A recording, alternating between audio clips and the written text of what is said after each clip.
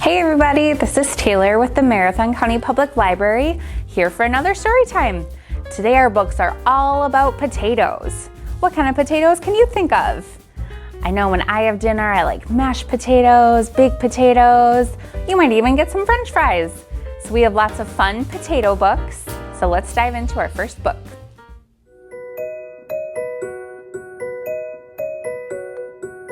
Potato is excited. That's why he's doing the robot. He's excited because today, for one day only, Lance Vance's Fancy Pants store is selling potato pants! Eee! He looks excited.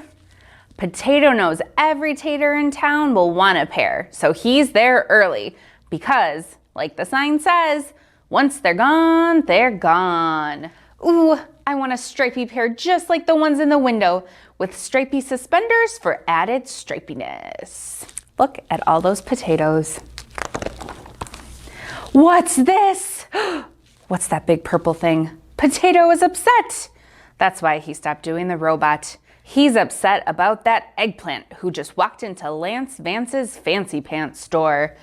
What's he doing here? Eggplants don't even wear pants. And yesterday was Eggplant Pants Day. Potato won't go into Lance Vance's Fancy Pants store now because of that eggplant.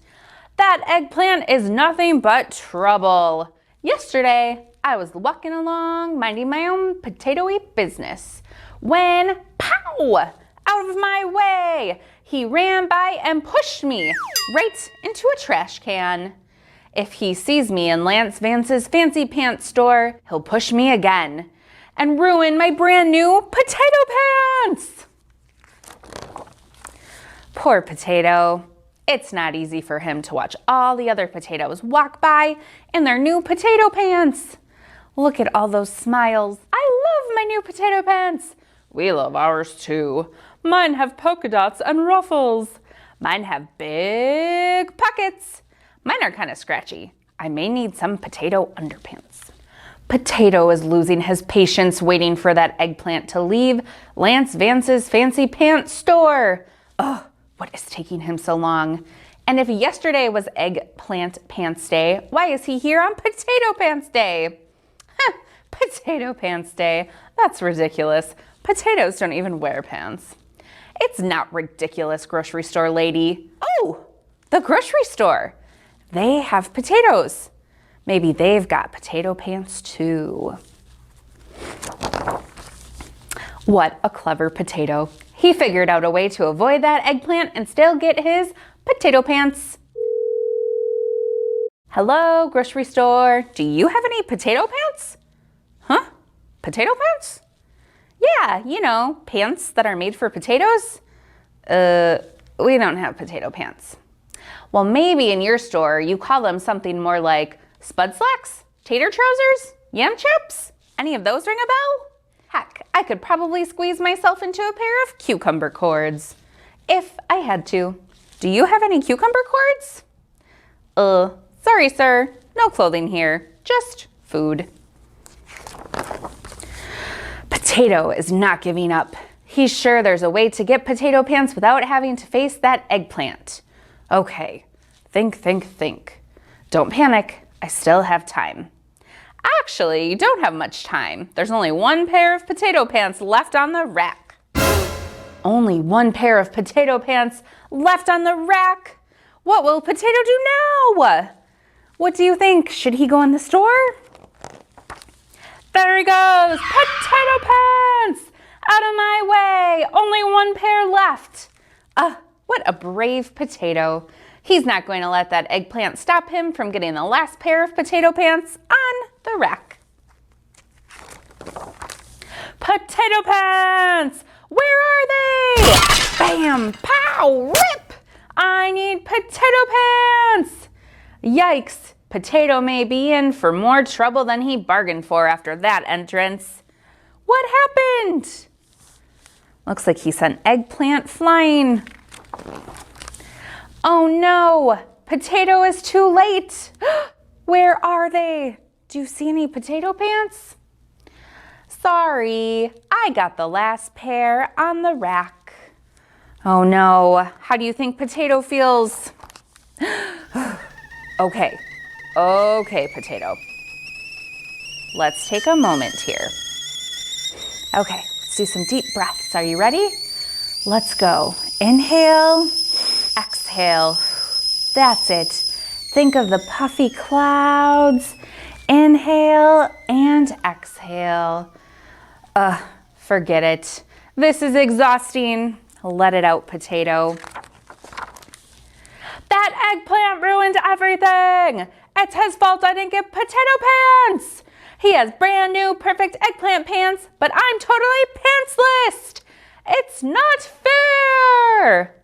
Well, actually, his eggplant pants aren't perfect anymore. Huh? You hit him with the door and they ripped all the way up the back. You can see it for yourself. Here he comes.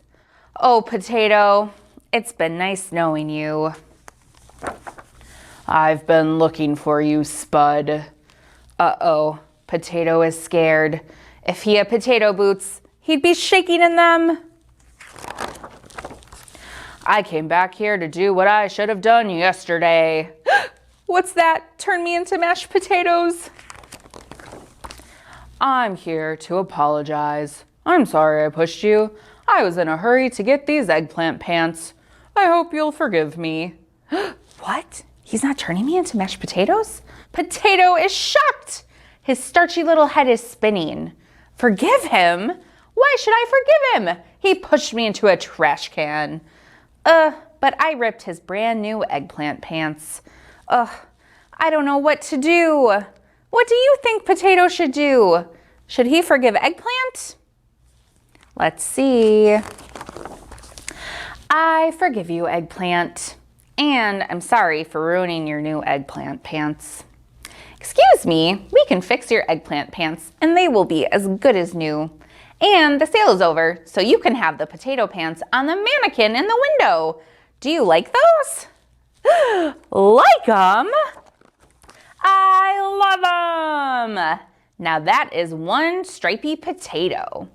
Potato's favorite thing about his new potato pants, besides their stripiness, is that they also make great robot pants. Everybody do the robot. The end. So that was our first book called Potato Pants by Lori Keller. It's one of my favorites. It's a lot of fun. So now we are going to head on over to Tara and learn a new rhyme.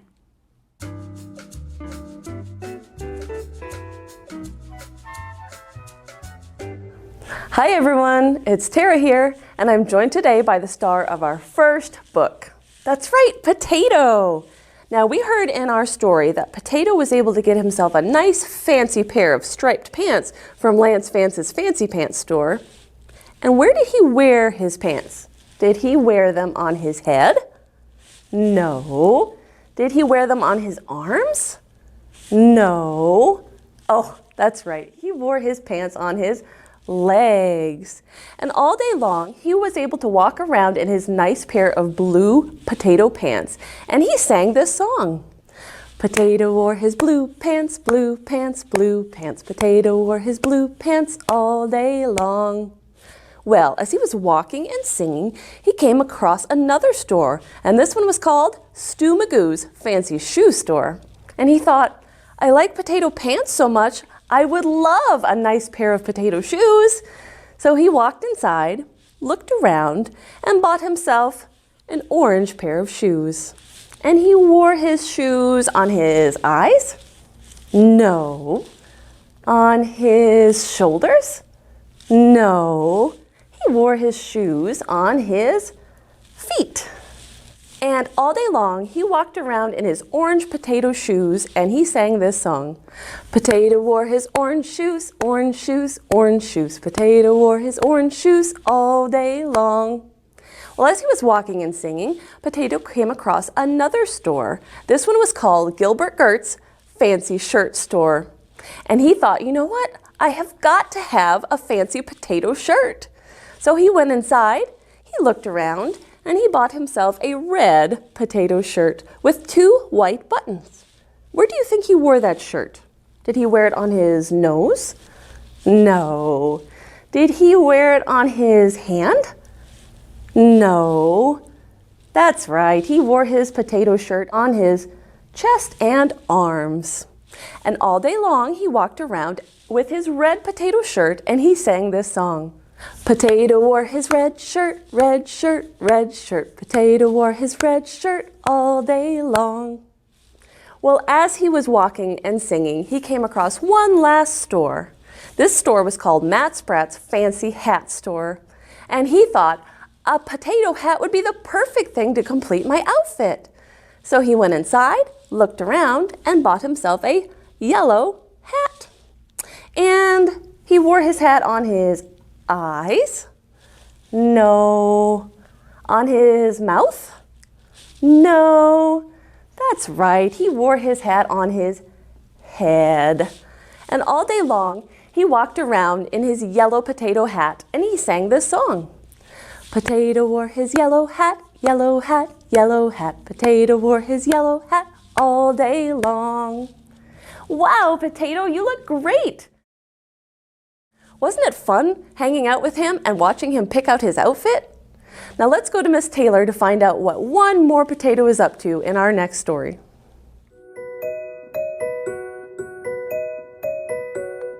Our next book is called The Couch Potato by the #1 New York Times bestselling team, Jory John and Pete Oswald. I am a potato. Not a small potato like my brother. Not a sweet potato like my mother. Not a mashed potato like my Uncle Stu. I am a couch potato. Have you ever been called a couch potato before? Oh yeah, it's true. My favorite place to slouch is on the couch. I spend all my free time sitting in this exact spot. Why would I ever leave this comfy, cozy couch? It's got everything a potato could need. See, I have this, and this, and this, and one of these, and those, and this, and that, and these. Bunch of cozy, comfy things. Oh, and this. Check it out. This button activates a gadget that fetches me snacks whenever I want. Bam! Impressed? And I don't even have to move an inch. Much easier than going to the kitchen. If the most important thing in life is to be comfortable at all times, then I think I've got it all figured out. Just a potato living the life. But wait, there's even more. I haven't revealed the absolute best part about my whole setup. Ta-da! It's everything you see in front of me. Have a look around. Take it all in. Pretty spectacular, right? Yes, it's a sea of shimmering screens from wall to shining wall. What joy, what bliss! These screens feature my favorite shows, like Fries, Mad Yam, and mashed potatoes. This screen has all my unanswered messages, and these screens are where I play video games. And this screen is a live stream of my friend, my best bud for life. This is how my pals and I spend quality time together. It's much easier than trying to meet up somewhere, like folks did in the old days. That's for sure. Hey, Spuddy. Yes, from this very couch, I can control everything in my life, all the time, with just a few taps and a couple clicks. Not bad, huh? Yes, sirree, this is the life. At least that's what I thought, until the other day. Something strange happened. There was a knock at the door. So I looked on my screen, and it was a delivery. Whoosh! There goes his package. Woohoo! It was my newest device, a video camera that would allow me to watch myself react while I was watching all my favorite shows. All I had to do was plug it in, and my room, nay, my kingdom, would be complete. But suddenly, Everything went dark. Look out, coming through. Whoops, oof, ow, whomp. I made it to the window and I pulled back the curtains. The sun seemed brighter than I remembered. Since power was out, there was nothing better to do. So I decided to take my dog, Tater, for a walk. Outside. Wow, it had been a while. Everything was so vivid, like a high-resolution 156-inch curved screen, but even more realistic. Something smelled fresh. After a few moments, I realized that it was the air. I heard a noise, some chirps. Was it a ringtone, perhaps? No, I looked up and it was some birds. I wandered down the street from block to block and across the neighborhood. Eventually, I found a park with a hill. There was a massive tree on top. It looked like a desktop background, only it was real. I leaned against the tree. It wasn't as comfortable as my couch, not even close. But after a while, it wasn't so bad. He looks relaxed.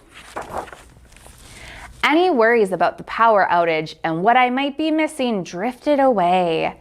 I wasn't thinking about my favorite shows or my unanswered messages or anything else really.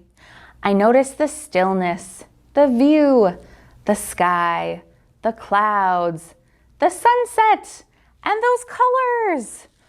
Oh my goodness. It took a while because there was no fast forward option, but eventually the sun sank below the horizon. By the time I got home, the power was back on. I sat on the couch. Whew. I hit the button to brush my teeth. I pulled the lever to change into my pajamas. I turned the knob to watch a bedtime story. Good night, Spud. Then I noticed my reflection in one of the screens. I wondered how much of my life had been spent in that very spot.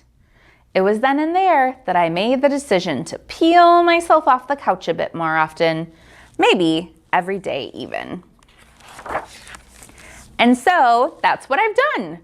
I've started hanging out with my friends, my best buddies, outside. We started biking and hiking and swimming and hiding and seeking. Sometimes we have snacks and play board games. Sometimes we talk all day. We might watch the clouds. There's no big plan. We just see what happens. It makes me wonder, what if I don't always need to be totally comfortable? What if I'm happier when I have a better balance between my gadgets and the world outside? Because it turns out that I'm more than just a couch potato. I'm an amusing potato. I'm a smart potato. I'm a kind potato. I'm an entertaining potato. And I'm a sit on a hill and watch the sunset kind of potato. Yes, there's a great big world out there, and I want to be a part of it, in person.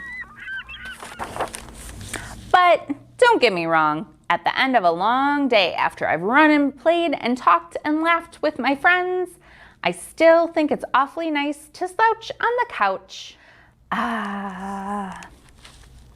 So that was our last book, called The Couch Potato. So thank you for joining us today for our stories all about potatoes, and we will see you next time.